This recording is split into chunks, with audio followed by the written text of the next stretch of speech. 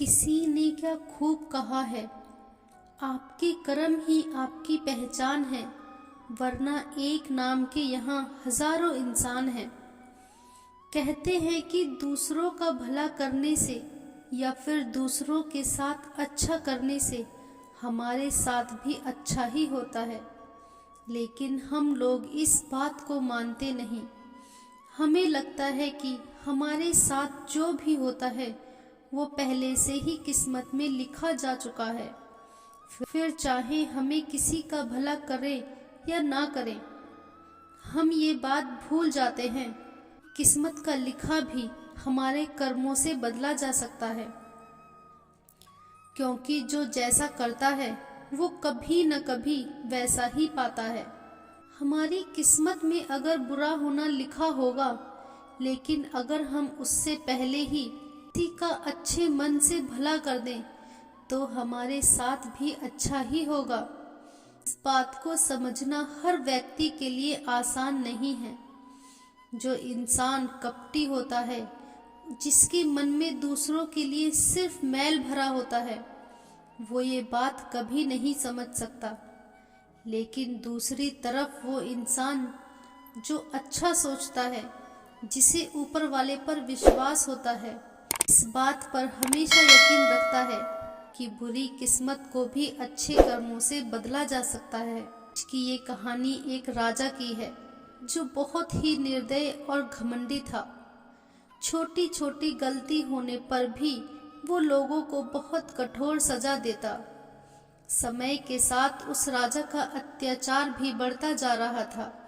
एक दिन अचानक राजा बीमार हो गया और उसे ऐसी बीमारी हो गई जिसका इलाज किसी भी वैद्य के पास नहीं था। सारा समय वो बिस्तर में ही पड़ा रहता था। अब राजा को लगने लगा कि उसकी मौत नजदीक है, लेकिन वो राजा मरने से बहुत डरता था। अपने डर को दूर करने के लिए वो राजा रोज प्रार्थना करने लगा, भगवान किसी तरह मेरी जिंदगी बचा लो, मैं लोगों के साथ बुरा व्यवहार करना छोड़ दूंगा और ना ही किसी को कठोर सजा दूंगा। मुझे बचा लो, मैं अभी मरना नहीं चाहता। उसकी प्रार्थना सुनकर एक रात उस राजा के सपने में भगवान आए और उस राजा ने उनसे अपने जीवन की भीख मांगनी शुरू कर दी।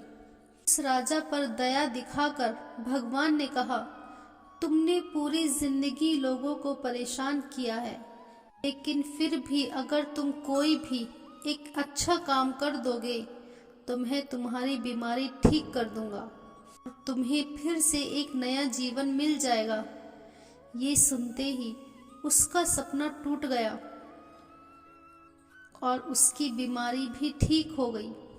राजा अब पहले जैसा स्वस्थ हो गया और अब उसे बस एक अच्छा काम करना था।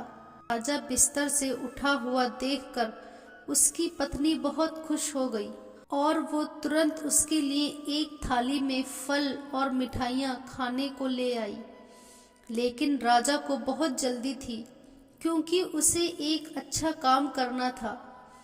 तो उसे लगा कि उसकी पत्नी उसका समय बर्बाद कर रही है और गुस्से में उसने खाने की थाली फेंक दी और अपनी पत्नी पर चिल्लाते हुए वो बाहर की तरफ भागा। बाहर जाकर उसने अपने सैनिकों से घोड़ा लाने को कहा।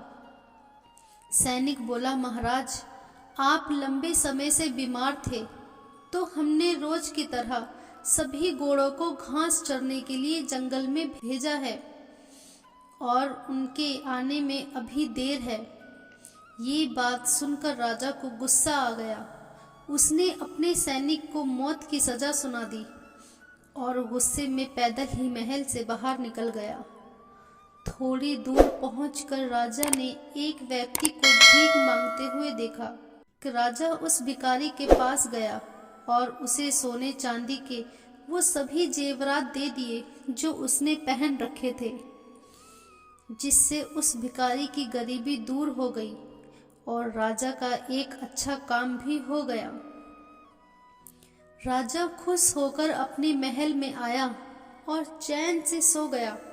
फिर से भगवान उसके सपने में आए और बोले, मैंने तुम्हें एक अच्छा काम करने को कहा था, लेकिन तुमने उस एक काम को करने से पहले भी कई गलत काम कर दिए।